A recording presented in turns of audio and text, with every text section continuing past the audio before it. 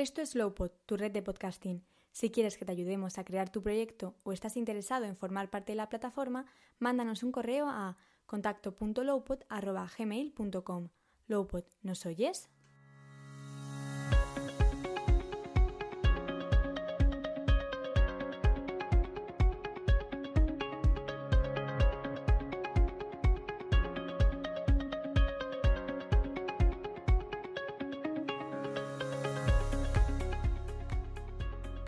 Hola y bienvenidos un día más aquí, a los Cuentos del Sabio.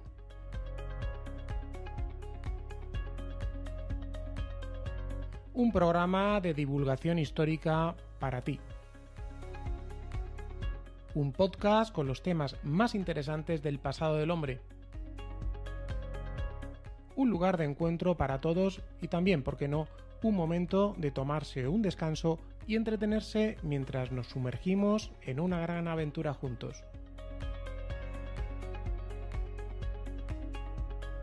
Te invito una vez más a que seas parte de esta pequeña comunidad de aprendices de sabio y en esta ocasión quiero compartir una historia de honor, valor y amor cortés.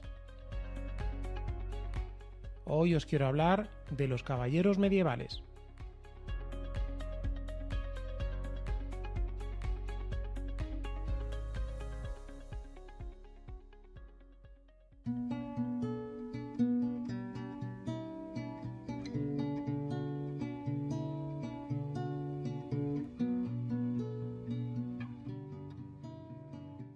Faltó en el mundo la caridad, la lealtad, la justicia y la verdad.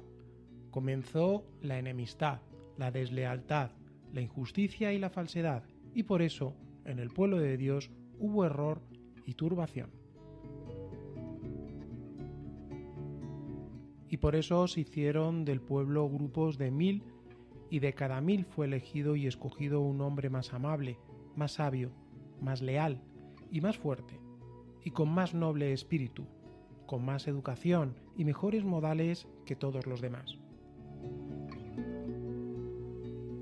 Se buscó entre todos los animales cuál es el más bello y el que corre más y pueda sostener más trabajo, y cuál es el más conveniente para servir al hombre, y por eso se eligió entre todos los animales al caballo, y se le dio al hombre que había sido elegido entre 1000 hombres, y por eso aquel hombre se le llama caballero.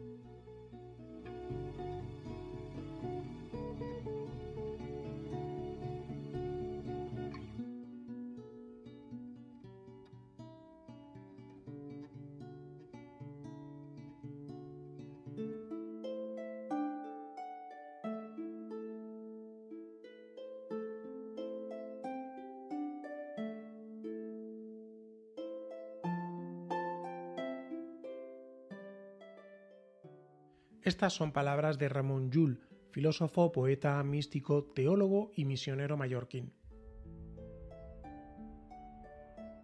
Describió perfectamente la imagen de un caballero andante, un hombre con ilustre nobleza y honra, con un destino muy claro, la defensa de la cristiandad, y junto a él su inseparable caballo, que como él, también noble y fiel a su caballero y a su causa. La nobleza y el honor son dos cualidades indispensables para ser un buen caballero, y aunque la nobleza no es un valor natural e inherente del ser humano, se debería demostrar haciendo de sus acciones la muestra más auténtica de ello.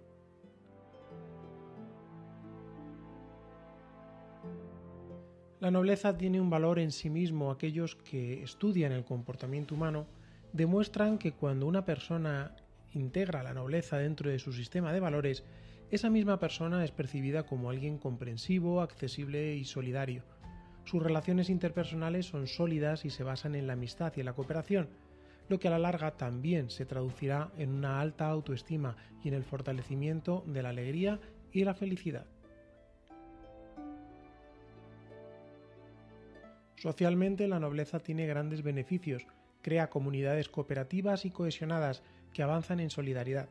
Será también una sociedad donde las personas no guarden rencor ni busquen venganza, alejándose así de escenarios de violencia y por el contrario se acerquen a la armonía.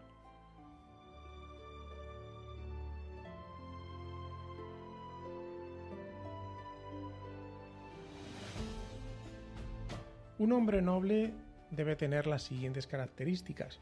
No se enoja por las cosas inútiles, ofrece siempre ayuda más de la que recibe, da grandes consejos, se centra en cuestiones espirituales y relativiza las materiales, perdona con facilidad, tiene una fuerte conexión con el mundo espiritual, no tiene miedo a la muerte y ama sobre todo el arte.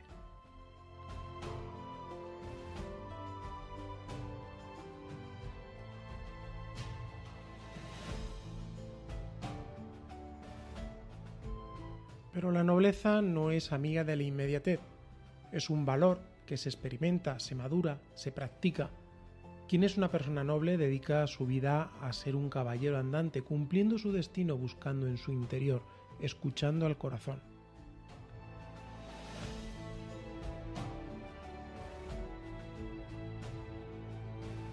Ya no existen caballeros, o eso dice nuestra sociedad.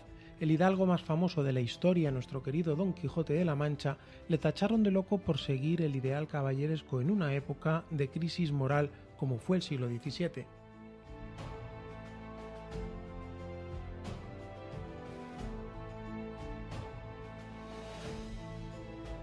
Ser hoy en día un caballero andante es una temeridad. Es más, ser caballero andante es vivir en soledad, aunque su finalidad sea la de proteger a los débiles, la de ayudar al pueblo, pero también un valor muy necesario en un mundo individualista e insolidario del que todos formamos parte.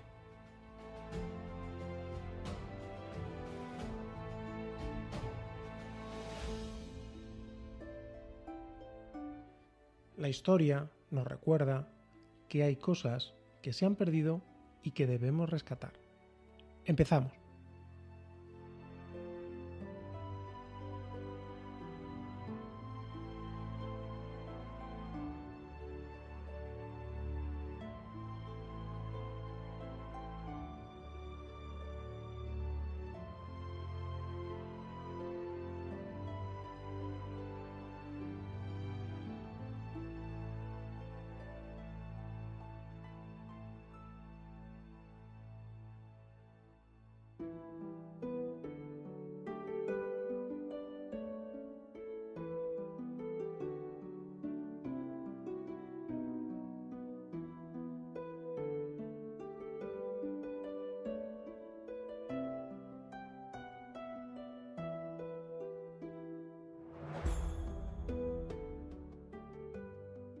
La literatura y el cine han sido vehículos importantes que explican la imagen de lo que es el caballero andante, un prototipo de guerrero cristiano ligado a un juramento de defensa de las causas nobles y que dirigía su vida respetando un estricto código de honor.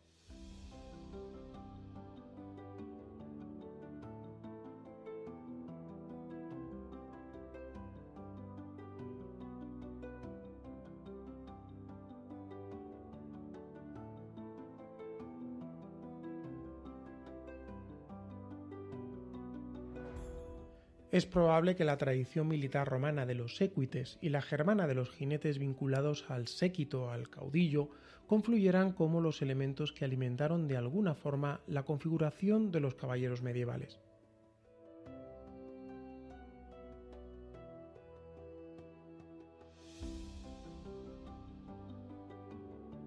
Ya en el año 1000 existían unos jinetes armados de origen noble que estaban al servicio de un señor como guerreros profesionales.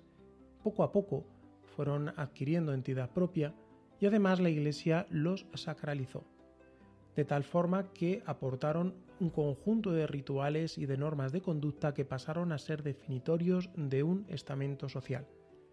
Y así, en el siglo XI, el caballero adquirió un ámbito europeo.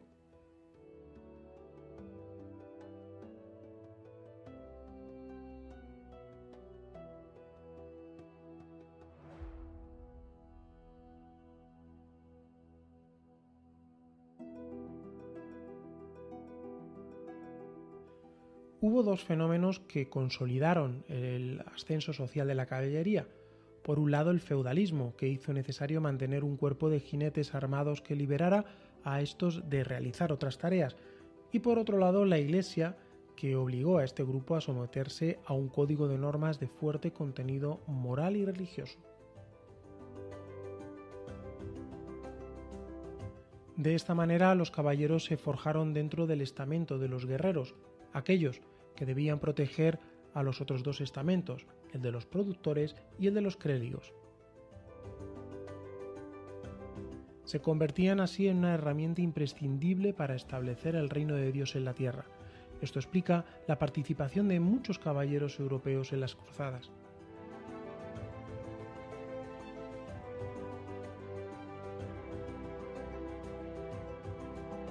Ser caballero era sinónimo de gran relieve social, razón por la que en el siglo XIII la mayoría de los nobles aspiraban a iniciarse la carrera de caballero, pero no todos podían llegar aquí. Se restringía mucho el acceso por los gastos que implicaba el equipo militar y el largo proceso de aprendizaje. La caballería supuso una pequeña brecha para acceder al estatus nobiliar, ya que de por sí era absolutamente hermético, pues los estamentos sociales eran estancos y cerrados. Pocos plebeyos pudieron alcanzar esta meta tras una larga y meritoria carrera.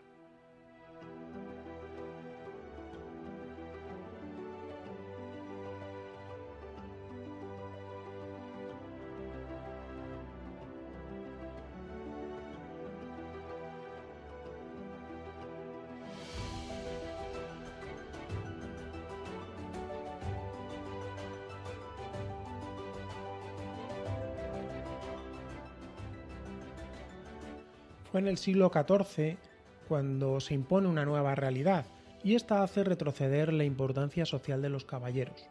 Los ejércitos se nutren cada vez más de arqueros y piqueros que conforman una infantería preparada y que junto a la artillería va a desplazar poco a poco a estos personajes.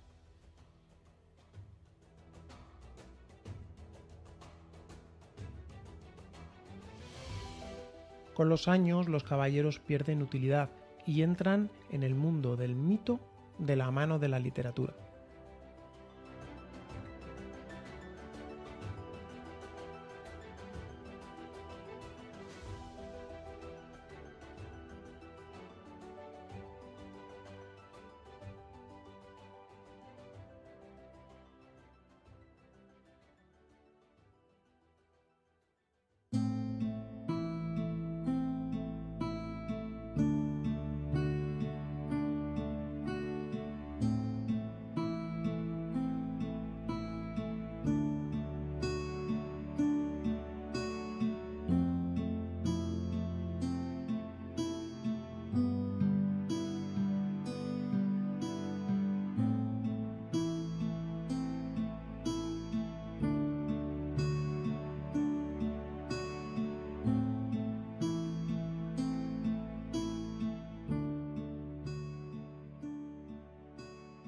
La sociedad estamental imponía un conjunto de roles muy estrictos para cada uno de ellos.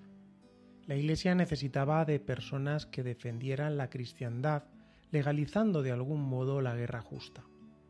De esta manera se conseguía un doble objetivo. Por un lado, adquirían un personal cualificado que defendiera a la sociedad y mantuviera el orden. Por otro lado, la guerra justa reducía la violencia tan solo a este ámbito.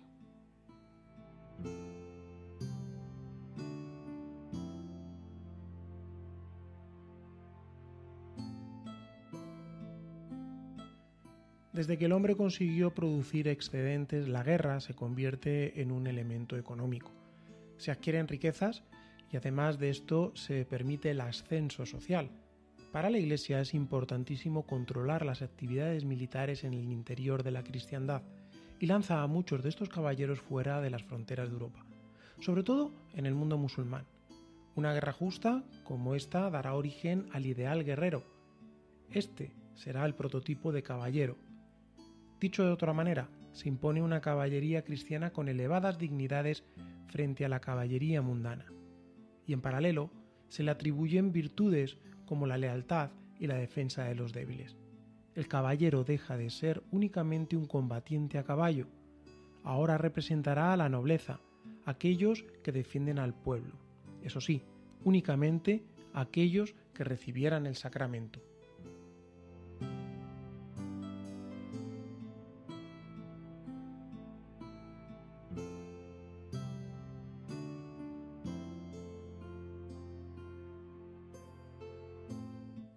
Estos nuevos caballeros lo son de acuerdo a unos ritos determinados y deben vivir según sus normas. Son los famosos tratados de caballería. En ellos se detallaban los conocimientos que debían tener, sus costumbres, habilidades, lealtades, conocimiento del caballo, con qué ceremonial, cómo debían vestir, cómo debían hablar, etc.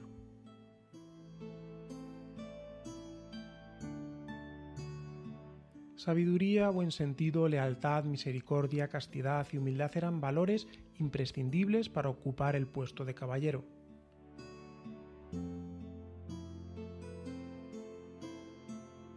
Los hijos del caballero podían serlo, pero antes debían aprender el oficio actuando de escuderos, de servidores de un caballero.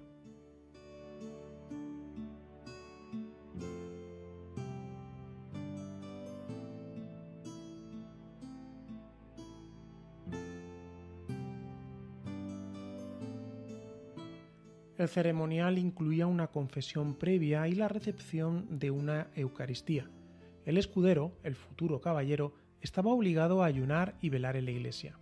Durante la misa se ofrecía como representante de Dios y a la orden de caballería, tras el sermón, el alto personaje que armaba al caballero se ceñía la espada, le besaba y le daba un golpe en el hombro.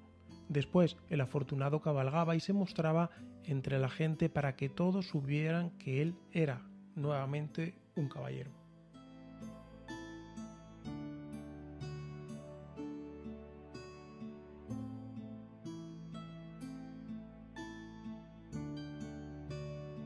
Sus armas estaban cargadas de simbología.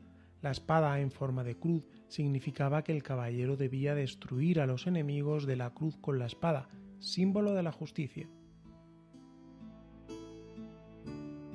La lanza significaba la verdad, la rectitud. El pendón indicaba que la verdad se muestra a todos y que no tiene miedo al engaño.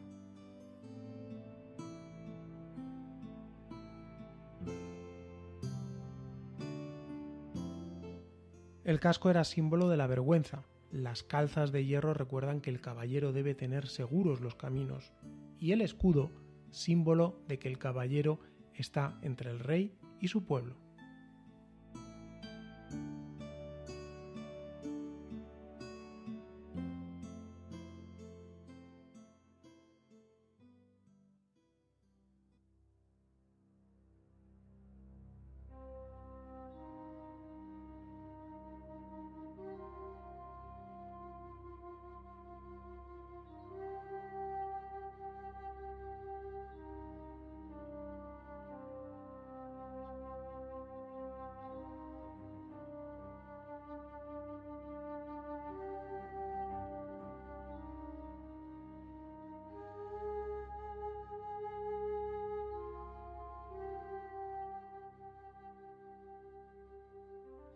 El caballero, protagonista de las novelas de caballerías, inmerso en el tópico del amor cortés, se nos presenta en una doble vertiente, como personaje sobrenatural, capaz de valores y hazañas, y como hombre.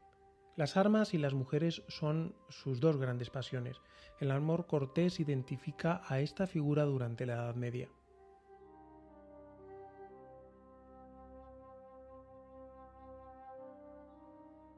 En la novela de Tirant lo Blanc se resume cómo es la relación de amor entre un caballero andante y una dama.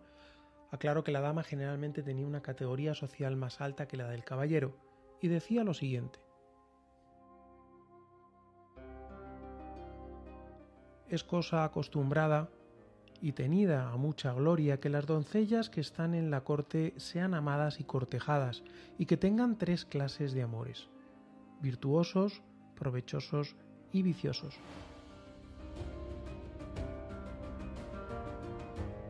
Hablemos del primero, es lo que llamamos el amor platónico. Ambos amantes se conforman con saberse amados.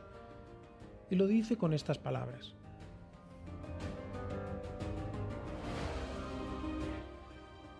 el primero, que es virtuoso y honroso, es cuando algún gran señor, infante, duque, conde o marqués, que sea más favorecido caballero muy virtuoso, ama a una doncella y para ella es de mucho honor que las cosas sepan que éste danza, justa o entra en batalla por amor a ella, y ejecuta hechos honrosos de renombre y fama.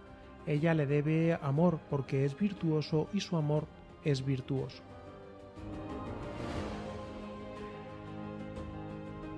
Luego está el amor provechoso. Esto implica la compra de favores, aunque no aparece casi en los libros de caballería. Lo describe de la siguiente manera.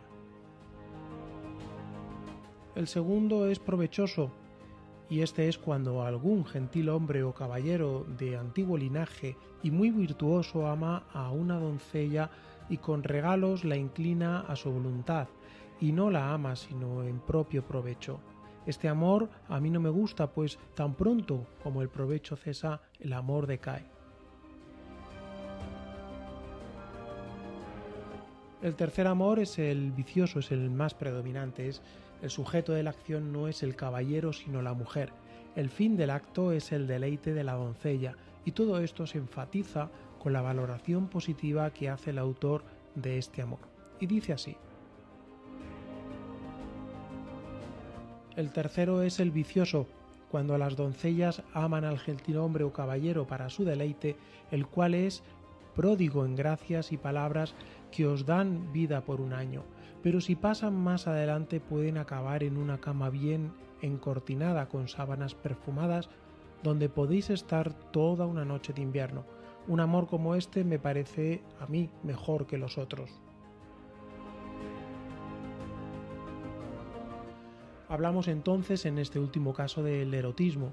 El mayor de los libros de caballería es erótico al 100%. Se hacen descripciones físicas, sobre todo de los pechos, y ambientales marcadamente sensuales, relaciones prematrimoniales, relaciones extramatrimoniales, con incestos, violaciones y adulterios.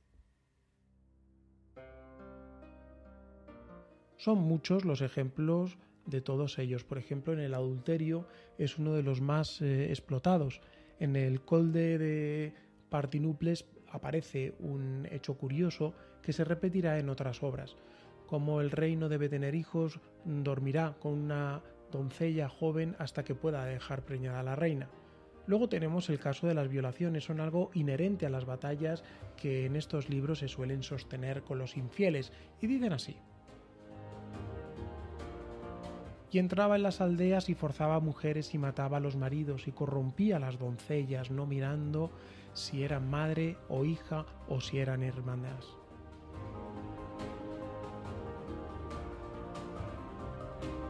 Algunos caballeros se caracterizaban por sus deseos de aventuras, no solo guerreras, sino también amorosas, por su concepción de la mujer, a la que no creen ser un ideal, sino carne y hueso, que les ayuda a sobrellevar el peso de las luchas continuas, y por su concepción del amor, pues ven al sexo como algo liberador, como un placer que se debe disfrutar. Como una batalla bélica se entiende también el amor. El que vence en la cama lo hará también en el campo. Como vemos, el amor físico prevalece sobre el espiritual. El idealismo de algunos caballeros no lo es tanto.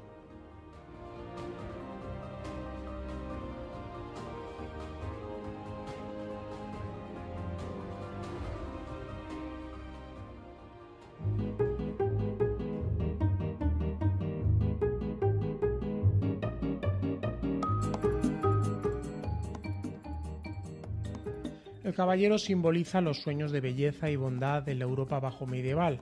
El relato de caballería caló muy hondo en el seno de la aristocracia y cautivaron a otros sectores sociales como la burguesía enriquecida.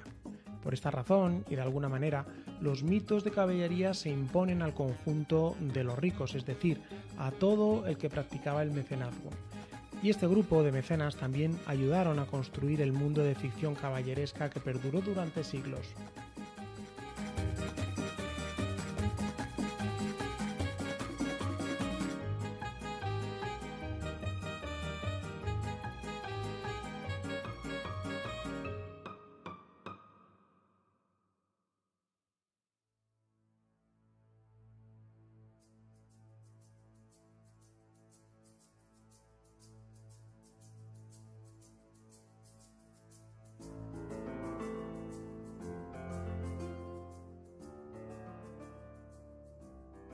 Ramon Llull argumentó en su literatura el porqué del caballero en la sociedad.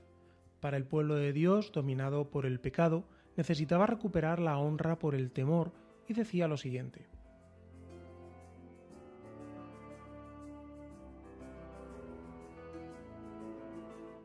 por eso todo el pueblo se dividió en millares de hombres, y de cada 1000 de ellos fue elegido y escogido uno, que era el más amable, el más sabio, el más leal, el más fuerte, de más noble ánimo, de mejor trato y crianza entre todos los demás.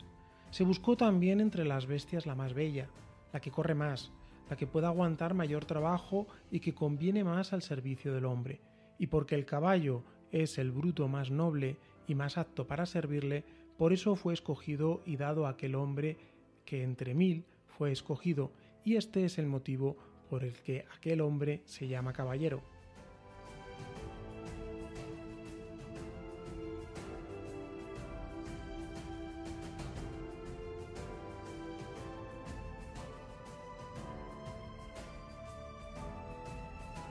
La descripción lo deja claro, es un hombre especial, elegido y que reúne cualidades que pocos pueden reunir. Ahora el caballero, una vez investido bajo una ceremonia religiosa, tiene como tarea especial la búsqueda de aventuras para probar su valor y su coraje.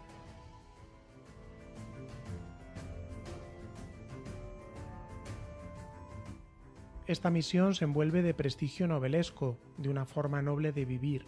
Desde la adolescencia ya se iba alimentando el afán de aventuras. El aventurero se enfrenta a lo que para él está escrito, al destino.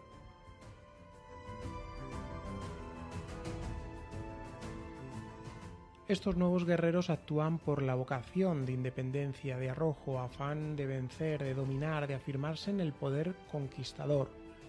Todos estos sentimientos van a llevarse a la práctica gracias al contexto internacional de la época. Estoy hablando de las cruzadas.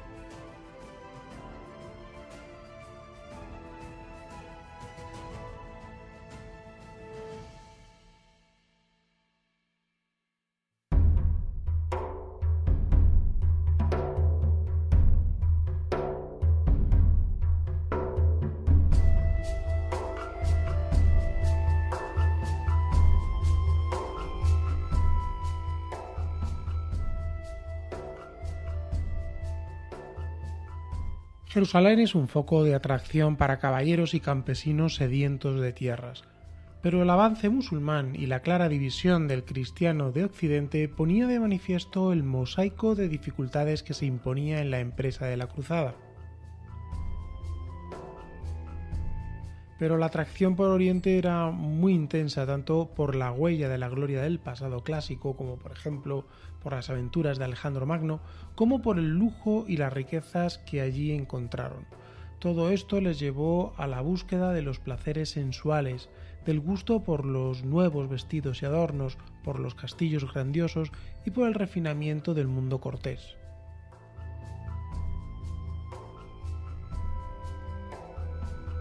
En el arte europeo de la época se glorificaba primeramente el poder a través de la tradición feudal. En Occidente el poder no se separa del caballero. El señor que manda y castiga es un caudillo. Posee un territorio llamado señorío y se reserva a todos mediante un castillo. En ocasiones construir un castillo se hacía bajo el pretexto de la defensa, pero realmente era un símbolo de magnificencia adecuada a su riqueza. Un paso más allá de la ostentación fue cuando los señores, a partir del siglo XIV, empezaron a darle una segunda utilidad, convirtiéndola en un modelo de cortesía, y se acondicionaron lugares adaptados para las charlas íntimas y las fiestas amatorias. Habitaciones con chimeneas y tapices ofrecían calor y adornos, y los castillos empezaron a transformarse en palacios.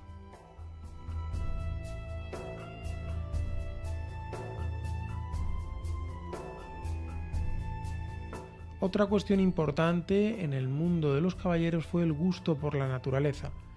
Y es que este mundo buscaba la evasión hacia los deleites del mundo y lo representaba artísticamente adornando sus estancias con temas relativos a la naturaleza. Por ejemplo, el bosque y la caza. Era una moda que tendría muchos seguidores.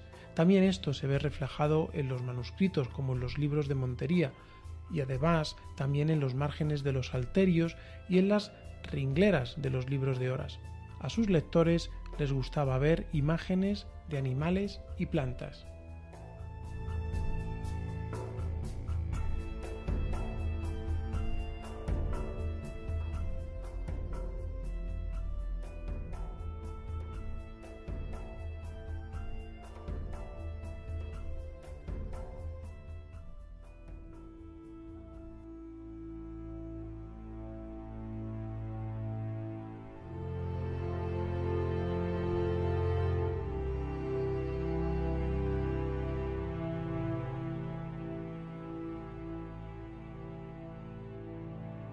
Hablemos ahora de ese mundo religioso, del espacio litúrgico. El caballero daba mucha importancia al mundo de los gestos rituales. En esta época las disposiciones de mecenazgo aparecían en buena medida orientadas hacia la pompa funeraria. Era costumbre que el caballero preparara con mucha antelación esta última morada. Vigilaba la construcción y el ornamento. El arte funerario tenía un objetivo escénico claro alrededor del cadáver. El futuro difunto había de hacer su entrada en el reino de los muertos adornado con todos los distintivos de su gloria. Así, la tumba representaba el símbolo de la posteridad que además quedaba reflejado en el epitafio.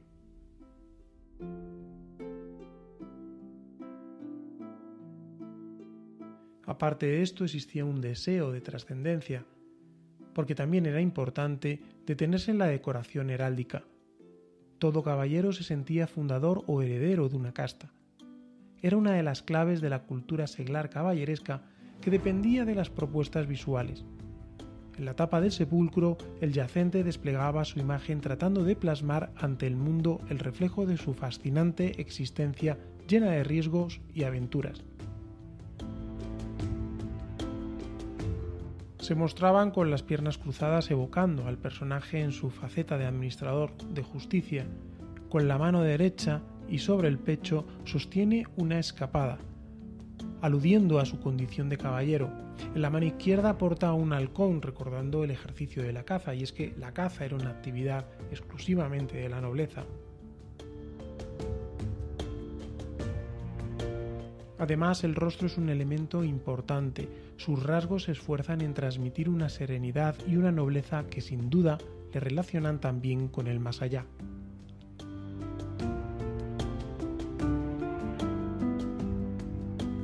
Caballeros y mecenas se esforzaban en crear una tumba que representaba a la propia individualidad. La mayor parte de las sepulturas identificaban al difunto con los símbolos heráldicos y la inscripción de su nombre. Pero además, en el caso de los grandes mecenas, se afanaron en realizar una obra que se pareciese al difunto. Si se fijaban estos rasgos en la piedra, quedaría inmortalizado para la posteridad. Se había sobrevivido a la muerte.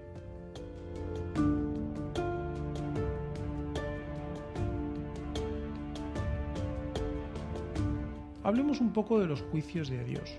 En muchos casos el caballero lucha por defender su prestigio, por dinero o por otro tipo de gratificaciones, porque el caballero se encuentra en una sociedad que se lo permite y que en ocasiones lo obliga a combatir. Y para todo esto tiene casi una opción: triunfar con las armas, bien en la guerra cuando es posible, bien en la batalla judicial o bien en las batallas de aventuras en tiempos de paz.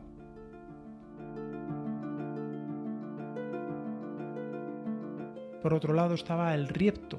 Era una especie de reto representado que tenía efectos legales en la resolución de pleitos y querellas.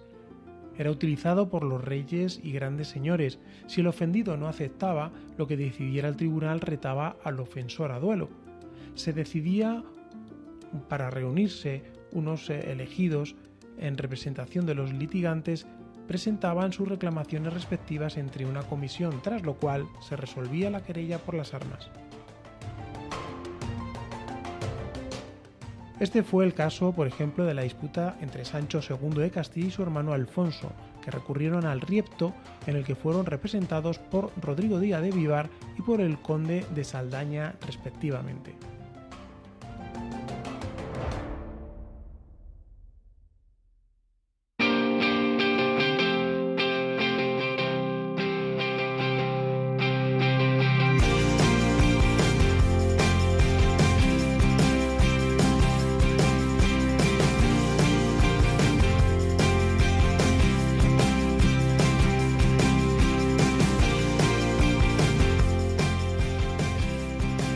Bueno, y hasta aquí el podcast de hoy. Espero que os haya gustado, que os haya invadido la honra y el valor de los caballeros y que seamos un poquito más sabios en un momento que nuestra sociedad lo necesita mucho.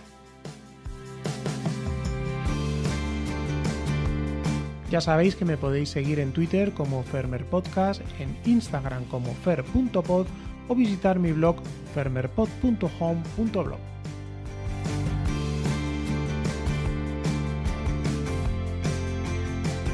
Y como muchas veces os digo y no me canso de decirlo, os doy las gracias por dedicarme una de las cosas más preciadas en la vida, que es vuestro tiempo. Un saludo y hasta el próximo podcast.